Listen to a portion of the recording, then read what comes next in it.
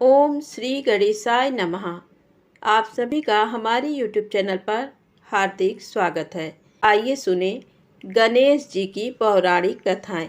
एक गांव था जिसमें एक सेठ जी अपने परिवार के साथ रहते थे। सेठ जी का गांव के पास के ही शहर में बड़ा व्यापार था। सेठ जी गणेश जी की पूजा श्रद्धा एवं विश्वास से करते थे, जिससे सेठ जी के घर में अन्न धन के भंडार सदैव ही भरे रहते थे। उनके जीवन में किसी भी प्रकार की कोई कमी नहीं थी। नित्य प्रतिदिन नियम अनुसार रोज वो नदी पर नहाने जाते और आकर गणेश जी की पूजा करते, उन्हें भोग लगाते, फिर स्वयं भोजन करते थे। ये बात सेठानी जी को अच्छी नहीं लगती थी। वो धार्मिक नहीं थी और ईश्वर में इतना विश्वास नहीं रखती थी। एक बार सेठानी जी ने सोचा कि ये इतना गणेश जी को मानते हैं, गणेश जी की पूजा करते हैं, इससे होता क्या है। आज तो देखती हूँ वो कैसे गणेश जी की पूजा करते हैं। अगले दिन जब सेठ जी नदी पर नहाने जाते हैं तो सेठानी जी गणेश जी की मूर्ति को उठाकर मूर्ति को कपड़े से ढककर बगीचे में जमीन में दबा देती हैं। जब सेठ जी नदी पर से नहाकर घर आते हैं और देखते हैं कि गणेश जी की मूर्ति तो मंदिर में नहीं है, तो वो सेठानी से पूछते हैं, गणेश जी की मूर्ति मंदिर में नहीं है, कहाँ गई। तो सेठानी जी बोलती हैं, मुझे नहीं मालूम, मूर्ति को घर में बहुत ढूंढते हैं उस दिन, क्योंकि वो गणेश जी को भोग नहीं लगा पाए थे। इसके लिए सेठ जी ने अन्न जल का भी त्याग कर दिया और गणेश जी से प्रार्थना करने लगे कि हे प्रभु, लगता है आप मुझसे रुष्ट हो गए हो और कहीं चले गए हो। आप अपनी कृपा दृष्टि मुझ पर बरसाइए, प्रभु मुझे दर्शन दीजिए। सेठ जी ने मन ही मन सोचा कि अब से जब तक आप मुझे मिल नहीं जाते, मुझे दर्शन नहीं दे देते, तब तक मैं अन्न जल का त्याग करता हूँ। वो दिन पूरा निकल गया। रात्रि में सेठ जी की भक्ति से प्रसन्न होकर गणेश जी भगवान ने स्वप्न में भगवान एक छोटे से चूहे के साथ खेल रहे होते हैं और चूहे को खाने को लड्डू देते हैं। चूहा लड्डू लेकर बगीचे में जाता है और जमीन को खोदता है और लड्डू वहीं डाल देता है। अचानक सेठ जी की नींद खुल जाती है। सेठ जी बगीचे में जाते हैं और वहीं खोदते हैं जहां उन्होंने सपने में देखा था, और वहीं से उनको थोड़ी सी जमीन खोदने पर कपड़े में लिपटे हुए गणेश जी की मूर्ति मिलती है। सेठ जी गणेश जी की मूर्ति की पूजा करके उनको यथास्थान स्थापित करते हैं और सेठानी के पूछने पर सारा वृत्तांत उन्हें सच सच बताते हैं। बात को जानकर सेठानी जी को आश्चर्य होता है और सेठानी जी मन ही मन श्रद्धा एवं विश्वास से गणेश जी भगवान की भक्त बन जाती हैं और सेठ जी से कहती हैं कि मुझसे बड़ा भारी अपराध हो गया है। अब हम दोनों पति पत्नी प्रेम सहित गणेश जी भगवान की आराधना करेंगे एवं उनकी पूजा में कभी कोई कमी नहीं आने देंगे। ये सुनकर सेठ जी अत्यधिक प्रसन्न हो जाते हैं और दोनों पति पत्नी गणेश जी भगवान को धन्यवाद करते हैं। प्रेम से बोलो गणेश जी महाराज की जय हो। गणेश जी की दूसरी कहानी। एक सेठ और सेठानी रहते थे। वह बहुत ही धार्मिक प्रवृत्ति के थे और गणेश भगवान के अनन्य भक्त थे। वह दोनों बिना चुके हर बुधवार को गणेश जी का व्रत रखते थे और शाम को 11 ब्राह्मणों को भोजन खिलाने के बाद ही अपना व्रत खोलते थे। सेठ जी का काफी बड़ा परिवार था। वह सब आपस में बड़े प्यार और भाईचारे से रहते थे, लेकिन सेठ और सेठानी की कोई संतान नहीं थी। इस विषय पर परिवार और गांव के लोग आपस में काना फूसी करते थे, कहते कि सेठानी 5 है। ये सब बातें सुनकर सेठ और सेठानी बहुत दुखी होते थे। एक बुधवार के दिन सेठ और सेठानी गणेश जी की पूजा संपन्न करके मंदिर से बाहर आ रहे थे। तभी उन्हें सीढ़ियों पर एक छोटा सा बच्चा अकेले बैठा हुआ दिखा। बच्चे को देखते ही दोनों उसके पास गए और पूछा कि तुम्हारे माता पिता कहाँ हैं। लेकिन बच्चे ने अभी तक ठीक से बोलना नहीं सीखा था, इसीलिए वह बोल नहीं पाया। वह दोनों बच्चे के पास शाम तक बैठे रहे। तब तक पंडित जी और सेठ जी ने नौकरों ने आसपास जाकर बच्चे के माता पिता को खोजने की कोशिश की, लेकिन उन्हें बच्चे के माता पिता या बच्चे खोने की कोई खबर नहीं मिली। फिर पंडित जी ने सेठ और सेठानी को बच्चा अपने घर ले जाने के लिए कह दिया।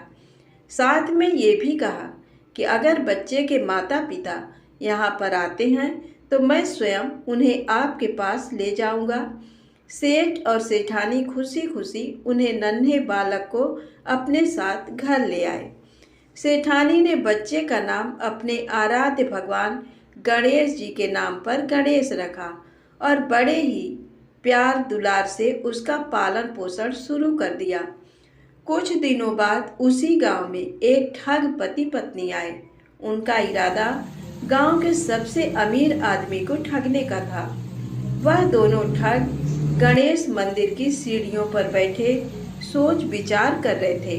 वहां पर पंडित जी आए और गांव में अनजान लोगों के दिखते ही उनसे पूछा, क्या आपका बच्चा खो गया है? दोनों ठग तो चोरी चकारी के लिए बहाना ढूंढ ही रहे थे, इसलिए उन्होंने तुरंत हाँ कह दिया। तब पंडित जी ने कहा, चिंता की कोई बात नहीं, आपका बच्चा एक सेठ जी के घर पर पल रहा है। पंडित जी उन दोनों को सेठ जी के घर पर ले गए। गणेश के माता पिता आए हैं ये खबर सुनकर सेठ और सेठानी बहुत दुखी हुए। सेठ जी ने उन दोनों पति पत्नी को एक रात के लिए अपने अतिथि गृह में ठहराया। अब वह दोनों ठग सिर्फ मौके की फिराक में थे। उसी रात सभी लोग सो जाने के बाद वे ठग एक एक करके सभी कमरों की तलाशी लेने लगे। तलाशी लेते लेते वह दोनों तिजोरी वाले कमरे में पहुंच गए।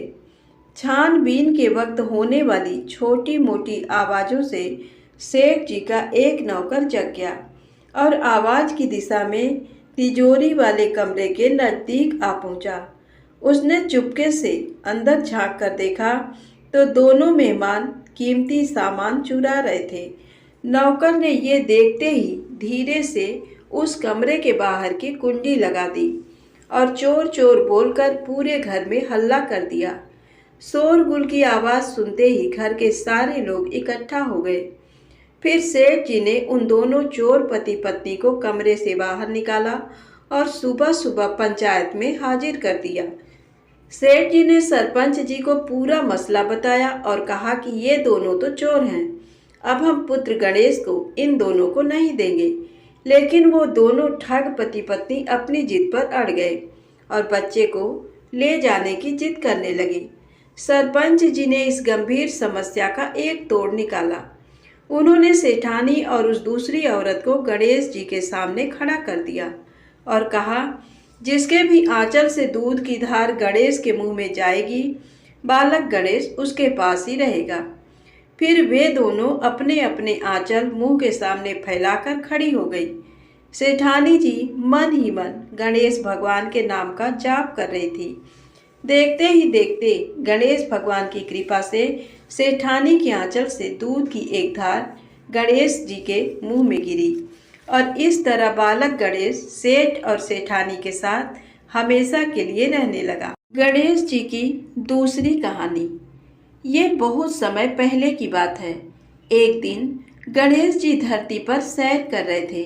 सैर करते करते वह एक अनाज के खेत में पहुंच गए और भूख लगने के कारण उन्होंने उस खेत में से 12 अनाज के दाने तोड़कर खा लिए। वह खेत सेठ धनीराम जी का था। कुछ समय बाद गणेश जी को अपने किए पर पछतावा होने लगा, क्योंकि उन्होंने सेठ जी को बिना पूछे ही उनके खेत से अनाज चुरा लिया था। फिर गणेश जी ने सोचा कि अपने किए बुरे कर्म का प्रायश्चित तो करना ही पड़ेगा। इसीलिए उन्होंने सेठ जी के यहाँ 12 साल के लिए नौकरी करने की ठान ली। उसके बाद अगली ही सुबह विनायक जी 13 से 14 साल के एक लड़के का रूप लेकर नौकरी मांगने के लिए धनीराम सेठ जी के घर पर पहुंचे और उन्होंने सेठ जी को अपना नाम गणेश बताया। विनायक भगवान की बुद्धिमानी की परीक्षा लेने के बाद सेठ जी ने खुशी खुशी नौकरी भी दे दी। अब गणेश भगवान एक सामान्य मनुष्य के रूप में सेठ जी के ही घर पर रहने लगे। एक दिन सेठ जी की पत्नी शाम के समय घर का काम खत्म करने के बाद राख से हाथ धोने जा रही थी। ये देख गणेश जी ने सेठानी जी के हाथ पकड़कर जबरदस्ती मिट्टी से धुलवा दिए। गणेश जी की इस हरकत से सेठानी आग बबूला हो गई और उन्होंने सेठ जी के कमरे में जाकर गणेशा की शिकायत कर दी। सेठानी ने सब कुछ सुनने के बाद सेठ धनीराम ने गणेशा को बुलाया और इस हरकत का कारण पूछा। गणेश जी बोले कि सेठानी शाम के समय राख से हाथ धो रही थी और ऐसा करने से घर की लक्ष्मी नाराज होकर चली जाती हैं, इसीलिए मैंने उनके हाथ मिट्टी से धुलवाए। इससे घर पर माता लक्ष्मी की कृपा बनी रहती है। ये सब सुनकर सेठ जी ने सोचा गणेशा की सोच तो बड़ी अच्छी है। उसके कुछ दिन बाद कुंभ मेले का शुभ अवसर आया। सेठ जी ने गणेशा को बुलाया और कहा, सेठानी जी को कुंभ मेले में स्नान करा लाओ। अब सेठानी और गणेशा स्नान के लिए मेले में पहुंचे। वहां पहुंचने के बाद सेठानी नदी के किनारे बैठकर नहाने लगी। उन्हें ऐसा करते देख गणेशा दौड़ कर आए और सेठानी जी के दोनों हाथ पकड़कर उन्हें नदी के अंदर लेकर गए, उनसे पानी में डुबकी लगवाई और फिर किनारे पर ले आए। अब गणेशा की इस हरकत से तो सेठानी का गुस्सा 7वें आसमान पर पहुंच गया। सेठानी जी घर आते आते पूरे रास्ते गणेशा को ताने पर ताने मार रही थी, लेकिन गणेश भगवान सब कुछ शांति से सुन रहे थे। घर आते ही सेठानी ने सेठ जी के पास फिर से गणेशा की शिकायत कर दी। सेठ जी ने तुरंत ही गणेशा को बुलाया और पूछा, तुमने ऐसा क्यों किया? गणेश जी बोले, सेठ जी, सेठानी नदी के किनारे बैठकर गंदे पानी से नहा रही थी, तो मैंने उन्हें नदी में ले जाकर साफ पानी में डुबकी लगवाई। ऐसा करने से उन्हें अगले जन्म में बहुत बड़ा राजपाट और वैभव मिलेगा। सेठ जी ने सोचा कि गणेशा के विचार कितने अच्छे हैं, मेरे परिवार का भला सोचता है। कुछ दिन बाद सेठ जी के घर पर पूजा थी। पंडित जी आने के बाद सेठ जी ने गणेशा से कहा, जाओ और सेठानी जी को बुला कर लाओ। सेठ जी के आज्ञा अनुसार गणेश जी सेठानी को बुलाने गए। उस वक्त सेठानी काली चुनरी ओढ़कर कमरे से बाहर आ रही थी। वह देखते ही विनायक जी ने वह काली चुनरी उतारकर फाड़ दी और कहा कि पूजा के लिए लाल रंग की चुनरी ओढ़कर आइए। अब सेठानी बहुत ज़्यादा नाराज हो गई और गणेशा पर चिल्लाने लगी। ये आवाज़ सुनकर सेठ जी वहाँ पर भागते हुए आए और पूछा कि क्या हुआ। तब सेठानी बोली, गणेशा ने मेरी चुनरी फाड़ दी। फिर सेठ जी ने भी गणेशा को बहुत डांटा। जवाब में गणेश जी ने कहा कि सेठ जी पूजा में कभी काला वस्त्र नहीं पहनते, इससे शुभ काम सफल नहीं होते, इसीलिए मैंने ऐसा किया। सेठ जी ने सोचा कि गणेश है तो बहुत ही समझदार। इसी तरह लीला रचाते हुए उसी घर में गणेश जी के 12 साल बीत गए। फिर एक दिन सेठ जी ने नया कारोबार शुरू करने से पहले घर में पूजा रखी थी। पूजा करते करते उनको याद आया कि पूजा की सामग्री में गणेश भगवान की मूर्ति तो है ही नहीं। तब उन्होंने अपने नौकर गणेशा को पूजा घर से भगवान विनायक जी की मूर्ति लाने के लिए कहा। गणेशा बोला कि मुझे ही मूर्ति समझकर पूजा में विराजमान कर लो, आपके सारे शुभ काम सफल हो जाएंगे। ये बात सुनकर सेठ जी गुस्सा हो गए और बोले, गणेशा, तुम अब तक सेठानी से मजाक करते थे, अब मुझसे भी करने लगे हो। उत्तर में गणेश जी ने मुस्कुराते हुए कहा, नहीं सेठ जी, मैं मजाक नहीं कर रहा, मैं सत्य वचन कह रहा हूँ। इतना कहने के बाद नौकर गणेश ने अपना असली भगवान स्वरूप धारण कर लिया। साक्षात गणेश भगवान को सामने देखते ही सेठ और सेठानी उनके चरणों में लीन हो गए और उन्होंने अपनी पूजा संपन्न कर ली। उसके पश्चात गणेश जी देखते ही देखते अंतर ध्यान हो गए। बाद में सेठ और सेठानी को बहुत पछतावा होने लगा कि स्वयं भगवान हमारे घर नौकरी कर रहे थे और हमने उनके साथ कितना बुरा व्यवहार किया, उनसे बहुत सारा काम कराया। ये सोच सोचकर दोनों दुखी होने लगे। फिर उसी रात सेठ और सेठानी के सपने में गणेश भगवान प्रकट हुए और उन्हें समझाया कि मैंने 12 साल पहले तुम्हारे खेत से 12 अनाज के दाने बिना पूछे तोड़ लिए थे और उसी कर्म का दोष दूर करने के लिए मैं 12 साल से तुम्हारे घर नौकरी कर रहा था। धनीराम सेठ जी के जीवन की काया पलट हो गई। हे गणेश जी, जैसी माया आपने धनीराम सेठ जी पर की, वैसी ही माया इस कहानी को पढ़ने वाले और सुनने वाले हर एक व्यक्ति पर करना। कथा अधूरी हो तो इसे पूरी करना और अगर हमसे कोई गलती हो गई हो तो उसे क्षमा करना। प्रेम से बोले गणेश जी महाराज की जय हो। आइए सुने। पूर्व काल की बात है। तुंगभद्रा नदी के तट पर एक उत्तम नगर बसा हुआ था। वहाँ सभी लोग अपने अपने धर्मों का पालन करते और सत्य एवं सत्कर्म में लगे रहते थे। उस नगर में आत्मदेव नामक एक ब्राह्मण रहता था जो समस्त वेदों का विशेषज्ञ और श्रौत स्मार्त कर्मों में निष्णात था। वह ब्राह्मण द्वितीय सूर्य की भांति तेजस्वी जान पड़ता था। यद्यपि वह भिक्षा से ही जीवन निर्वाह करता था तो भी लोक में धनवान समझा जाता था। उसकी स्त्री का नाम धुंधली था। वह सुंदरी तो थी ही, अच्छे कुल में भी उत्पन्न हुई थी, फिर भी स्वभाव की बड़ी हठीली थी। सदा अपनी ही टेक रखती थी, हमेशा दूसरे लोगों की चर्चा किया करती थी। उसमें क्रूरता भी थी तथा वह प्रायः बहुत बकवाद किया करती थी, परंतु घर का कामकाज करने में बड़ी बहादुर थी। कंजूस भी कम नहीं थी। कलह का तो उसे व्यसन सा हो गया था। ये दोनों पति पत्नी बड़े प्रेम से रहते थे, फिर भी उन्हें कोई संतान नहीं थी। इस कारण धन भोग सामग्री तथा घर आदि कोई भी वस्तु उन्हें सुखद नहीं जान पड़ती थी। कुछ काल के पश्चात उन्होंने संतान प्राप्ति के लिए धर्म का अनुष्ठान आरंभ किया। वे दीनों को सदा गौ, भूमि, सुअर और वस्त्र आदि दान करने लगे। उन्होंने अपने धन का आधा भाग धर्म के मार्ग पर खर्च कर दिया, तो भी उनके न कोई पुत्र हुआ न पुत्री। इससे ब्राह्मण को बड़ी चिंता हुई। वह आकुल हो उठा और एक दिन अत्यंत दुख के कारण घर छोड़कर वन में चला गया। वहां दोपहर के समय उसे प्यास लगी, इसलिए वह एक पोखरे के किनारे गया और वहां जल पीकर बैठा रहा।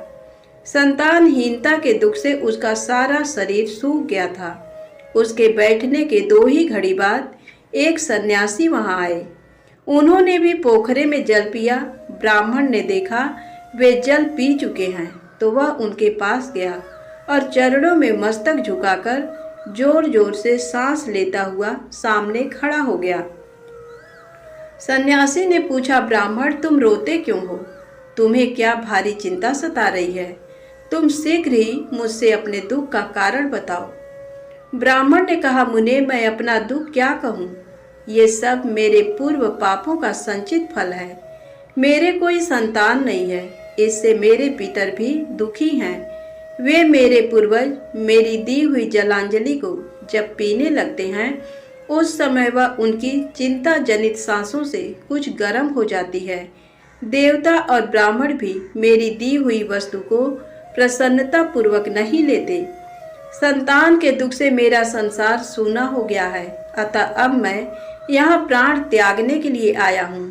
संतानहीन पुरुष का जीवन धिक्कार के योग्य है। जिस घर में कोई संतान, कोई बाल बच्चे न हो, वह घर भी धिक्कार देने योग्य है। निसंतान पुरुष के धन को भी धिक्कार है तथा संतानहीन कुल भी धिक्कार के ही योग्य है। मैं अपने दुर्भाग्य को कहाँ तक बताऊं? जिस गाय को पालता हूँ वह भी सर्वथा बंध्या हो जाती है। मैं जिसको रोपता हूँ उस वृक्ष में भी फल नहीं लगते। इतना ही नहीं, मेरे घर में बाहर से जो फल आता है वह भी शीघ्र ही सूख जाता है। जब मैं ऐसा अभागा और संतानहीन हूँ तो इस जीवन को रखने से क्या लाभ है। ऐसा कहकर वह ब्राह्मण दुख से व्यथित हो उठा और उन सन्यासी बाबा के पास फूट फूट कर रोने लगा। सन्यासी के हृदय में बड़ी करुणा भर आई। वे योगी भी थे। उन्होंने ब्राह्मण के ललाट में लिखे हुए विधाता के अक्षरों को पढ़ा और सब कुछ जानकर विस्तार पूर्वक कहना आरंभ किया। सन्यासी ने कहा, ब्राह्मण सुनो, मैंने इस समय तुम्हारा प्रारब्ध देखा है। उससे जान पड़ता है कि 7 जन्मों तक तुम्हारे कोई संतान किसी प्रकार नहीं हो सकती। अतः संतान का मोह छोड़ो, क्योंकि ये महान अज्ञान है। देखो, कर्म की गति बड़ी प्रबल है, अतः विवेक का आश्रय लेकर संसार की वासना त्याग दो। पूर्व काल में संतान के ही कारण राजा सगर और अंग को दुख भोगना पड़ा था। इसलिए अब तुम कुटुंब की आशा छोड़ दो, त्याग में ही सब प्रकार का सुख है। ब्राह्मण बोले, बाबा विवेक से क्या होगा, मुझे तो जैसे बने वैसे पुत्र ही दीजिए, नहीं तो मैं शोक से मूर्छित होकर आपके आगे ही प्राण त्याग दूंगा। पुत्र आदि के सुख से हीन ये सन्यास तो सर्वथा नीरस ही है। संसार में पुत्र पौत्रों से भरा हुआ गृहस्थ आश्रम ही सरस है। ब्राह्मण का ये आग्रह देख उन तपोधन ने कहा, देखो, विधाता के लेख को मिटाने का हठ करने से राजा चित्रकेत को कष्ट भोगना पड़ा। अतः दैव ने जिसके पुरुषार्थ को कुचल दिया हो, ऐसे पुरुष के समान तुम्हें पुत्र से सुख नहीं मिलेगा। फिर भी तुम हठ करते जा रहे हो। तुम्हें केवल अपना स्वार्थ ही सूझ रहा है, अतः मैं तुमसे क्या कहूँ। अंत में ब्राह्मण का बहुत आग्रह देख सन्यासी ने उसे एक फल दिया और कहा, इसे तुम अपनी पत्नी को खिला देना, इससे उसके एक पुत्र होगा। तुम्हारी स्त्री को चाहिए कि वह 1 वर्ष तक सत्य, शौच, दया और दान का नियम पालती हुई प्रतिदिन एक समय भोजन करे। इससे उसका बालक अत्यंत शुद्ध स्वभाव वाला होगा। ऐसा कहकर वे योगी महात्मा चले गए और ब्राह्मण अपने घर लौट आया। यहाँ उसने अपनी पत्नी के हाथ में वह फल दे दिया और स्वयं कहीं चला गया। उसकी पत्नी तो कुटिल स्वभाव की थी। अपनी सखी के आगे रो रो कर इस प्रकार कहने लगी, अहो, मुझे तो बड़ी भारी चिंता हो गई। मैं तो इस फल को नहीं खाऊंगी। सखी, इस फल को खाने से गर्भ रहेगा और गर्भ से पेट बढ़ जाएगा। फिर तो खाना पीना कम होगा और इससे मेरी शक्ति घट जाएगी। ऐसी दशा में तुम ही बताओ, घर का काम धंधा कैसे होगा। यदि दैववश गांव में लूट पड़ जाए तो गर्भिणी स्त्री भाग कैसे सकेगी। यदि कहीं सुखदेव जी की तरह ये गर्भ भी 12 वर्षों तक पेट में ही रह गया तो इसे बाहर कैसे निकाला जाएगा। यदि कहीं प्रसव काल में बच्चा टेढ़ा हो गया तब तो मेरी मौत ही हो जाएगी। बच्चा पैदा होते समय बड़ी असह्य पीड़ा होती है। मैं सुकुमारी स्त्री भला उसे कैसे सह सकूंगी। गर्भवती अवस्था में जब मेरा शरीर भारी हो जाएगा और चलने फिरने में आलस्य लगेगा, उस समय मेरी ननद रानी आकर घर का सारा माल उड़ा ले जाएंगी। और तो और ये सत्य, शौच आदि का नियम पालना तो मेरे लिए बहुत ही कठिन दिखाई देता है। जिस स्त्री के संतान होती है उसे बच्चों के लालन पालन में भी कष्ट भोगना पड़ता है। मैं तो समझती हूँ बांझ अथवा विधवा स्त्रियां ही अधिक सुखी होती हैं। इस प्रकार कुतर्क करके उस ब्राह्मणी ने फल नहीं खाया। जब पति ने पूछा, तुमने फल खाया, तो उसने कह दिया, हाँ खा लिया। एक दिन उसकी बहन अपने आप ही उसके घर आई। धुंधली ने उसके आगे अपना सारा वृत्तांत सुनाकर कहा, बहन, मुझे इस बात की बड़ी चिंता है कि संतान न होने पर मैं पति को क्या उत्तर दूंगी। इस दुख के कारण मैं दिनों दिन दुबली हुई जा रही हूँ। बताओ मैं क्या करूँ। तब उसने कहा, दीदी, मेरे पेट में बच्चा है। प्रसव होने पर वह बालक मैं तुमको दे दूंगी। तब तक तुम गर्भवती स्त्री के भांति घर में छिपकर मौज से रहो। तुम मेरे पति को धन दे देना, इससे वे अपना बालक तुम्हें दे देंगे तथा लोगों में इस बात का प्रचार कर देंगे कि मेरा बच्चा 6 महीने का होकर मर गया। मैं प्रतिदिन तुम्हारे घर में आकर बच्चे का पालन पोषण करती रहूंगी। तुम इस समय परीक्षा लेने के लिए ये फल गौ माता को खिला दो। तब उस ब्राह्मणी ने स्त्री स्वभाव के कारण वह सब कुछ वैसे ही किया। तदनंतर समय आने पर उसकी बहन को बच्चा पैदा हुआ। बच्चे के पिता ने बालक को लाकर एकांत में धुंधली को दे दिया। उसने अपने स्वामी को सूचना दे दी कि मेरे बच्चा पैदा हो गया और कोई कष्ट नहीं हुआ। आत्मदेव के पुत्र होने से लोगों को बड़ी प्रसन्नता हुई। ब्राह्मण ने बालक का जात कर्म संस्कार करके ब्राह्मणों को दान दिया। उसके दरवाजे पर गाना बजाना आदि नाना प्रकार का मांगलिक उत्सव होने लगा। धुंधली ने स्वामी से कहा, मेरे स्तनों में दूध नहीं है, फिर गाय भैंस आदि अन्य जीवों के दूध से मैं बालक का पोषण कैसे करूंगी।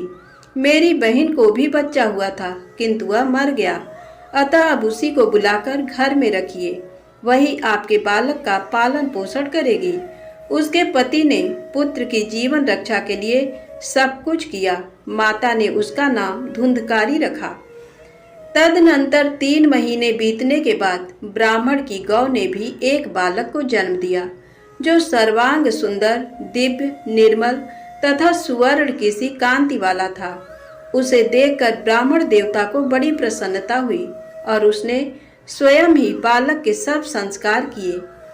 उस बालक के कान गौ के समान थे। ये देखकर आत्मदेव ने उसका नाम गोकर्ण रख दिया। कुछ काल व्यतीत होने पर वे दोनों बालक जवान हो गए। उनमें गोकर्ण तो पंडित और ज्ञानी हुआ, किंतु धुंधकारी महादुष्ट निकला। स्नान और शौचाचार का तो उसमें नाम भी नहीं था। वह अभक्ष्य भक्षण करता, क्रोध में भरा रहता और बुरी बुरी वस्तुओं का संग्रह किया करता था। भोजन तो वह सबके हाथ का कर लेता था, चोरी करता, सब लोगों से द्वेष बढ़ाता, दूसरों के घरों में आग लगा देता और खिलाने के बहाने छोटे बच्चों को पकड़कर कुएं में डाल देता था। जीवों की हिंसा करने का उसका स्वभाव हो गया था। वह हमेशा हथियार लिए रहता और दीन दुखियों तथा अंधों को कष्ट पहुंचाया करता था। चांडालों के साथ उसने खूब मेल बढ़ा लिया था। वह प्रतिदिन हाथ में फंदा लिए कुत्तों की टोली के साथ शिकार की टोह में घूमता रहता था। उसने बेश्या के कुसंग में पड़कर पिता का सारा धन बर्बाद कर दिया। एक दिन तो माता पिता को खूब पीटकर वह घर के सारे बर्तन भांडे उठा ले गया। इस प्रकार धनहीन हो जाने के कारण बेचारा बाप फूट फूट कर रोने लगा। वह बोला, इस प्रकार पुत्रवान बनने से तो अपुत्र रहना ही अच्छा है। कुपुत्र बड़ा ही दुखदाई होता है। अब मैं कहाँ रहूं, कहाँ जाऊं, कौन मेरा दुख दूर करेगा। हाय, मुझ पर बड़ा भारी कष्ट आ पहुंचा। अब तो मैं इस दुख से अपना प्राण त्याग दूंगा। इसी समय ज्ञानवान गोकर्ण जी वहां आए और वैराग्य का महत्व दिखलाते हुए अपने पिता को समझाने लगे। पिताजी, इस संसार में कुछ भी सार नहीं है, दुख ही इसका स्वरूप है। ये जीवों को मोह में डालने वाला है। भला यहाँ कौन किसका पुत्र है और कौन किसका धन। जो इनमें आसक्त होता है उसे ही रात दिन जलना पड़ता है। इंद्र अथवा चक्रवर्ती राजाओं को भी कोई सुख नहीं है। सुख तो बस एकांतवासी वैराग्यवान मुनि को ही है। संतान के प्रति जो आपकी ममता है, ये महान अज्ञान है। इसे छोड़िए। मोह में फंसने से मनुष्य को नरक में ही जाना पड़ता है। औरों की तो बात ही क्या है। आपका ये प्रिय शरीर भी एक न एक दिन नष्ट हो जाएगा, आपको छोड़कर चल देगा। इसलिए आप अभी से सब कुछ छोड़कर वन में चले जाइए। गोकर्ण की बात सुनकर उनके पिता आत्मदेव वन में जाने के लिए उद्यत होकर बोले, तात, मुझे वन में रहकर क्या करना चाहिए, ये विस्तार पूर्वक बताओ। मैं बड़ा सठ हूँ। अब तक कर्म बस स्नेह के बंधन में बंधकर मैं अपंग की भांति इस गृह रूपी अंधेरे कुएं में ही पड़ा हुआ हूँ। दयानिधे, तुम निश्चय ही मेरा उद्धार करो। गोकर्ण ने कहा, पिताजी, हड्डी, मांस और रक्त के पिंड रूप इस शरीर में आप मैंपन का अभिमान छोड़ दीजिए और स्त्री पुत्र आदि वे मेरे हैं, इस भाव को सदा के लिए त्याग दीजिए। इस संसार को निरंतर क्षण भंगुर देखिए और एकमात्र वैराग्य रस के रसिक होकर भगवान के भजन में लग जाइए। सदा भगवत भजन रूप दिव्य धर्म का ही आश्रय लीजिए। सकाम भाव से किए जाने वाले लौकिक धर्मों को छोड़िए। साधु पुरुषों की सेवा कीजिए। भोगों की तृष्णा को त्याग दीजिए तथा दूसरों के गुण दोषों का विचार करना शीघ्र छोड़कर निरंतर भगवत सेवा एवं भगवत कथा के रस का पान कीजिए। इस प्रकार पुत्र के कहने से आत्मदेव 60 वर्ष की अवस्था बीत जाने पर घर छोड़कर स्थिर चित्त से वन को चले गए और वहां प्रतिदिन भगवान श्रीहरि की परिचर्या करते हुए नियम पूर्वक 10वें स्कंद का पाठ करने से उन्होंने भगवान श्री कृष्ण चंद्र को प्राप्त कर लिया। सूत जी कहते हैं, पिता के विरक्त होकर वन में चले जाने के बाद एक दिन धुंधकारी ने अपनी माता को खूब पीटा और कहा, बता धन कहाँ रखा है, नहीं तो लातों से तेरी खबर लूंगा। उसकी इस बात से डरकर और पुत्र के उपद्रवों से दुखी होकर उसकी माँ रात को कुएं में कूद पड़ी। इससे उसकी मृत्यु हो गई। इस प्रकार माता पिता के न रहने पर गोकर्ण जी तीर्थ यात्रा के लिए चल दिए। वे योगनिष्ठ थे। उनके मन में इस घटना के कारण न कोई दुख था न कोई सुख, क्योंकि उनका न कोई शत्रु था न मित्र। अब धुंधकारी 5 वेश्याओं के साथ घर में रहने लगा। उनके पालन पोषण के लिए बहुत सामग्री जुटाने की चिंता से उसकी बुद्धि मोहित हो गई थी, अतः वह अत्यंत क्रूरतापूर्ण कर्म करने लगा। एक दिन उन कुलटाओं ने उससे गहनों के लिए इच्छा प्रकट की। धुंधकारी तो काम से अंधा हो रहा था, उसे अपनी मृत्यु की भी याद नहीं रहती थी। ये गहने जुटाने के लिए घर से निकल पड़ा और जहाँ तहाँ से बहुत सा धन चुराकर पुनः अपने घर लौट आया। वहां आकर उसने उन वेश्याओं को बहुत से सुंदर सुंदर वस्त्र और कितने ही आभूषण दिए। अधिक धन का संग्रह देखकर रात में उन स्त्रियों ने विचार किया, ये प्रतिदिन चोरी करने जाता है, अतः राजा इसे अवश्य पकड़ेंगे, फिर सारा धन छीनकर निश्चय ही इसे प्राणदंड भी देंगे। ऐसी दशा में इस धन की रक्षा के लिए हम लोग क्यों न इसे गुप्त रूप से मार डालें।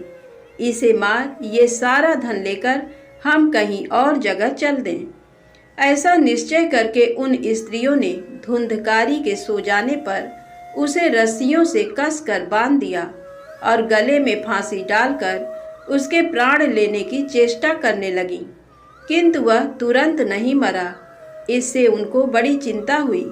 तब उन्होंने जलते हुए अंगारे लाकर उसके मुंह पर डाल दिए। इससे ये आग की लपटों से पीड़ित होकर छटपटाता हुआ मर गया। फिर उन्होंने उसकी लाश को गड्ढे में डालकर गाड़ दिया। प्रायः ऐसी स्त्रियां बड़ी दुस्सह साहस वाली होती हैं। इस रहस्य का किसी को भी पता नहीं चला। लोगों के पूछने पर उन स्त्रियों ने कह दिया कि हमारे प्रियतम धन के लोभ से कहीं दूर चले गए हैं, इस वर्ष के भीतर ही लौट आएंगे।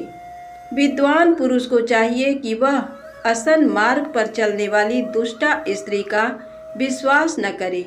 जो मूर्ख इनका विश्वास करता है उसे अवश्य ही संकटों का सामना करना पड़ता है।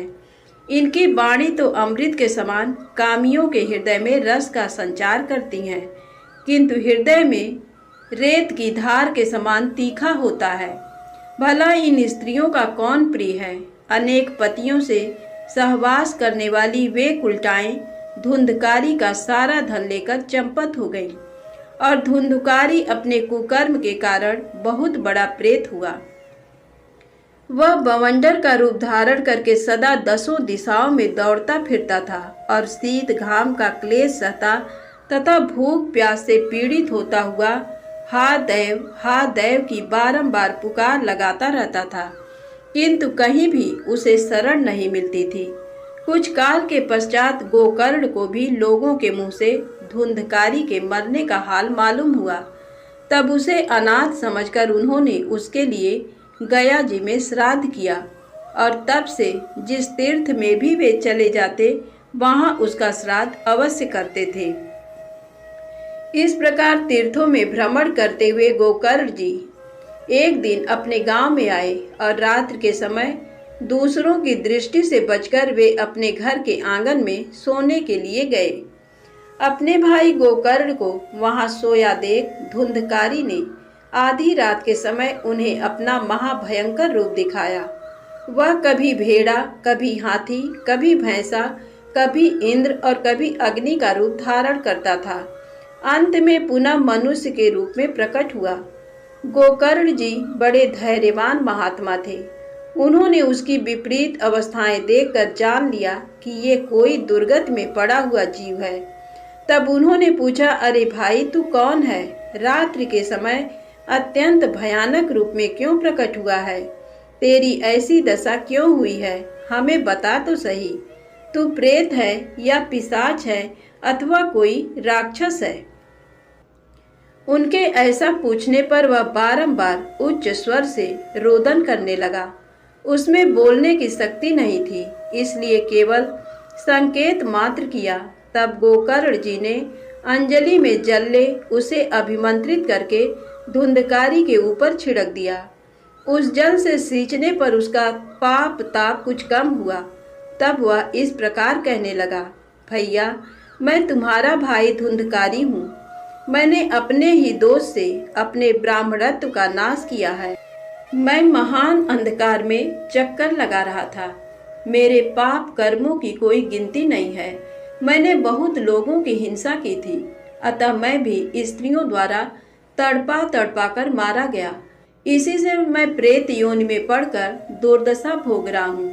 अब दैवाधीन कर्म फल का उदय हुआ है, इसलिए मैं वायु पीकर जीवन धारण करता हूँ। मेरे भाई, तुम दया के समुद्र हो। अब किसी प्रकार जल्दी ही मेरा उद्धार करो। धुंधकारी की बात सुनकर गोकर्ण बोले, भाई, ये तो बड़े आश्चर्य की बात है।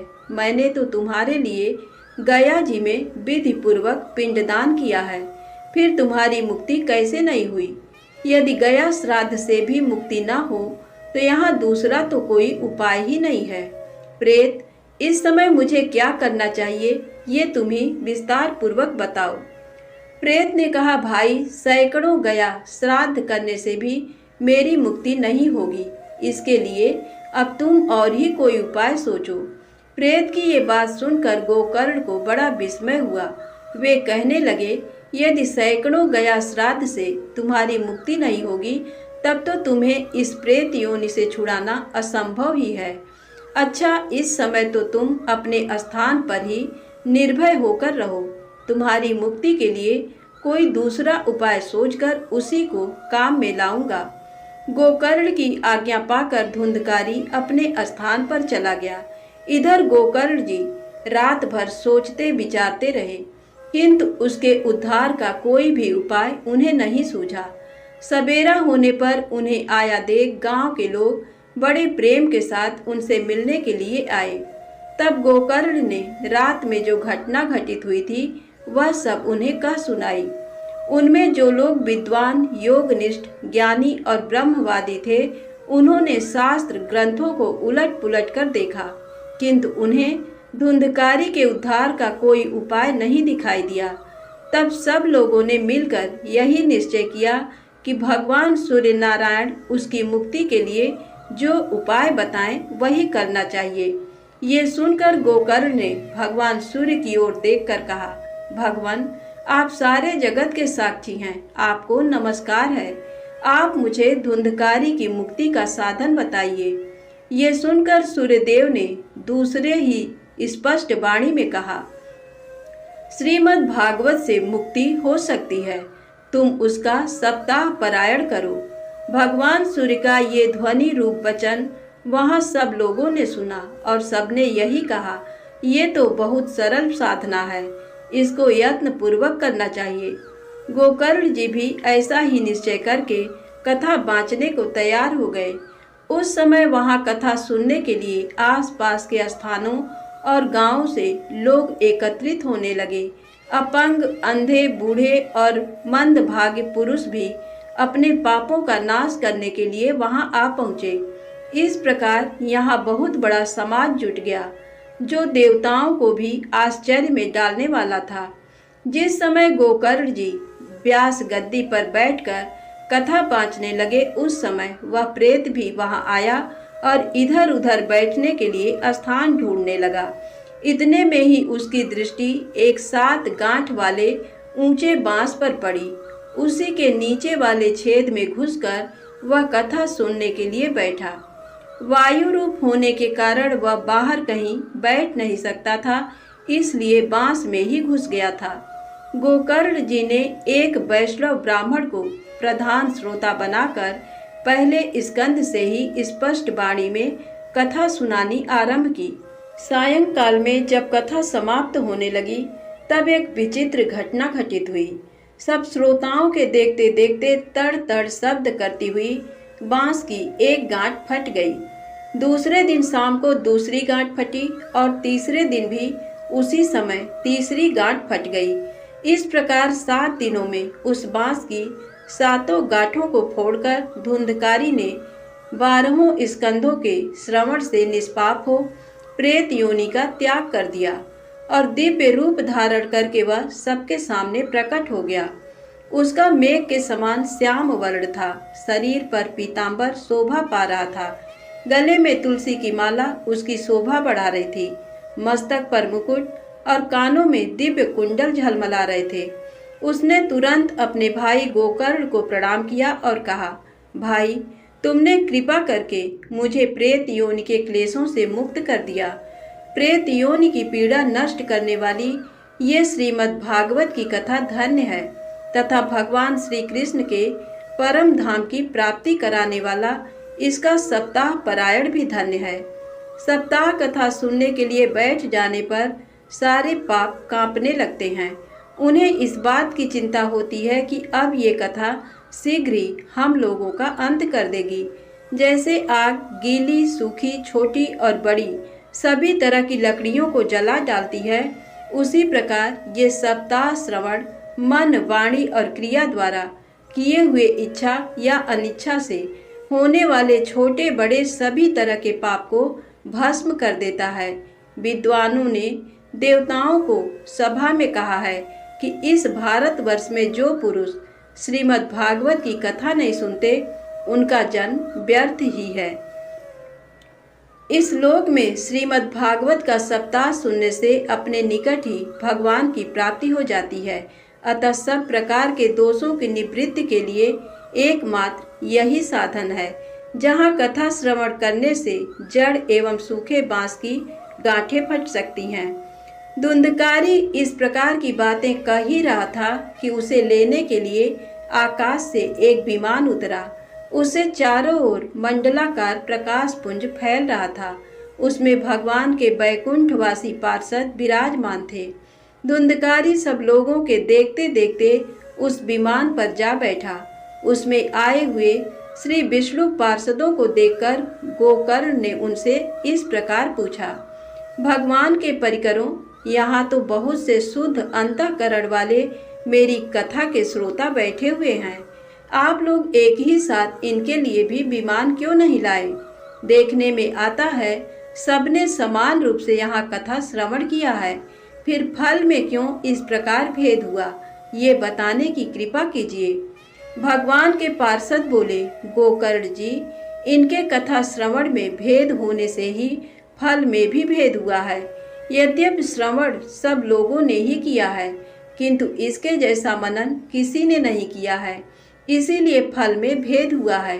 पुनः कथा श्रवण करने पर ये फल भेद भी दूर हो जाएगा। प्रेत ने 7 रात उपवास करके कथा श्रवण किया है, अतः उसने स्थिर चित्त से भली भांति मनन आदि किया है। जो ज्ञान दृढ़ नहीं होता वह व्यर्थ हो जाता है। इसी प्रकार ध्यान न देने से श्रवण, संदेह से मंत्र और चंचल चित्त होने से जप निष्फल हो जाता है। वैष्णव पुरुषों से रहित देश, कुपात्र ब्राह्मण से कराया हुआ श्राद्ध, अश्रोत्री को दिया हुआ दान और सदाचारहीन कुल भी नष्ट ही समझना चाहिए। गुरु के वचनों में विश्वास हो, अपने में दीनता की भावना बनी रहे, मन के दोषों को काबू में रखा जाए और कथाएं दृढ़ निष्ठा बनी रहें। इन सब बातों का यदि पालन किया जाए तो अवश्य ही कथा श्रवण का पूरा फल मिलता है। पुनः कथा श्रवण करने के पश्चात इन सब लोगों का वैकुंठ में निवास निश्चित है। गोकर्ण जी, तुम्हें तो स्वयं भगवान श्री कृष्ण ही गोलोक प्रदान करेंगे। ऐसा कहकर वे सब पार्षद भगवान के नामों का कीर्तन करते हुए वैकुंठ धाम में चले गए। उसके बाद गोकर्ण जी ने पुनः श्रावण मास में कथा बाँची। सब लोगों ने 7 दिन तक उपवास करके कथा श्रवण किया। नारद जी, कथा की समाप्ति होने पर वहाँ जो कुछ हुआ उसे सुनिए। उस समय बहुत से विमानों को साथ लिए भक्तों सहित साक्षात भगवान उस स्थान पर प्रकट हो गए। चारों ओर से जय जयकार और नमस्कार के शब्द बारंबार सुनाई देने लगे। भगवान ने प्रसन्न होकर वहां स्वयं भी अपने पांचजन्य नामक शंख को बजाया तथा गोकर्ण को छाती से लगाकर उन्हें अपने समान ही बना लिया। उनके सिवा और भी जितने श्रोता थे उन सबको श्री हरि ने एक ही क्षण में अपना सारूप्य दे दिया। वे सभी मेघ के समान श्याम वर्ण, पीतांबरधारी तथा किरीट और कुंडलों से सुशोभित हो गए। उस गांव में कुत्ते और चांडाल आदि जितने भी जीव थे उन सबको गोकर्ण की दया से भगवान ने विमान पर बिठा लिया और वैकुंठ धाम में भेज दिया, जहां योगी पुरुष जाया करते हैं। तत्पश्चात भक्त वत्सल भगवान गोपाल कथा श्रवण से प्रसन्न हो गोकर्ण को साथ ले गोप वल्लभ गोलोक धाम को पधारे। जैसे पूर्व काल में समस्त अयोध्यावासी भगवान श्री रामचंद्र जी के साथ साकेत धाम में गए थे, उसी प्रकार भगवान श्री कृष्ण ने उस गांव के सब मनुष्यों को योगियों के लिए भी दुर्लभ गोलोक धाम में पहुंचा दिया, जहां सूर्य, चंद्रमा और सिद्ध पुरुषों की भी कभी पहुंच नहीं होती। उसी लोक में वहां के सब प्राणी केवल श्रीमद् भागवत की कथा सुनने से चले गए। धन्यवाद दोस्तों। कथा अच्छी लगी हो तो कृपया चैनल को लाइक सब्सक्राइब अवश्य करें। एक बार प्रेम से बोलिए भक्त वत्सल भगवान की जय।